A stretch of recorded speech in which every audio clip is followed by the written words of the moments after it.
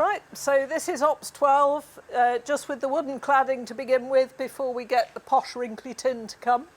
If you see this carelessly angled bit at the bottom, that actually shows the angle of the ramp that will be the footpath going up to 1 and 2 Boston Lodge. What you can see on the floor here are bits of the air source heat pipework with the wrong connections on, so they've had to come out so we can put the right connections on them. So every space that we've got on site is being used to store something. So this is the inside of the new store, currently being used to store all the rock wool. So here we are on the site of the wagon repair shed, and the work that we've been doing recently is rebuilding the top metre or so of that retaining wall. So that's now done, which means we can finish the walls down at the bottom. Here we are by the wagon repair shed, and all projects have their problems, and this quarry face is proving to be one for us. If you look at the top here, you can see the paler area where we've had people scaling the rock back just using crowbars, and it's come off disappointingly easily. And the geotechnical engineer is still not convinced it's safe.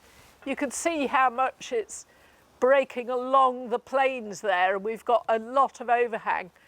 Because of course the rest of the quarry face on Boston Lodge on the other side, the planes mean that when the rock comes off, mostly it just slides down the rock face. If it comes off here, it's slightly more dramatic. And as we're now proposing to reinstate a building here, that's a bit more of a problem for us. So we're still working on finding the right solution for that. So watch this space. So here we are, and the paddling pool isn't quite as much of a paddling pool as it was last month. But nothing else has happened here because the timber frame construction company are still finalising the design, and there have been some interesting discussions about exactly which standard they need to follow. But we're getting there, we've got an agreement, and we hope that this building will start going up soon. So here we are in front of 1 and 2 Boston Lodge, and you can see what looks like a bit of a mess on the windows. That's because the first splatter coat of lime has gone on. Last week the lime people did all the repairs to the stonework, so we're now at the stage where we're doing the render, and this is the first coat, but my goodness, it's messy. And here I am in the small loco shed. The main construction work is finished, apart from the front roller doors, and we've put in the rail and the grids over the inspection pit. But now there's a lot of work going on behind the scenes to finish the design for the electrics and the services.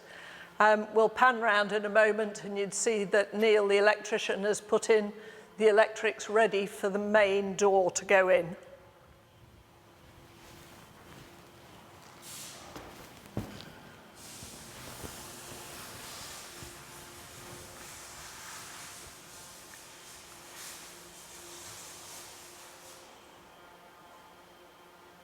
So here we are in the old engine shed, and you can see that they've started putting the 3 lines of Thorlux strip lights that will work on PIRs, so they'll switch on automatically, which will improve the lighting in this shed quite dramatically.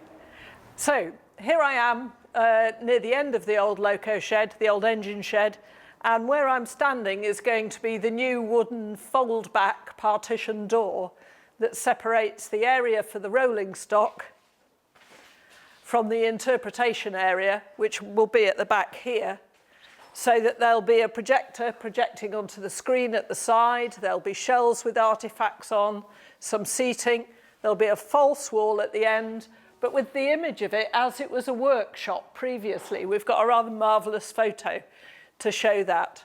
So it's great to see the work going on here, which is mostly electrical in the first instance.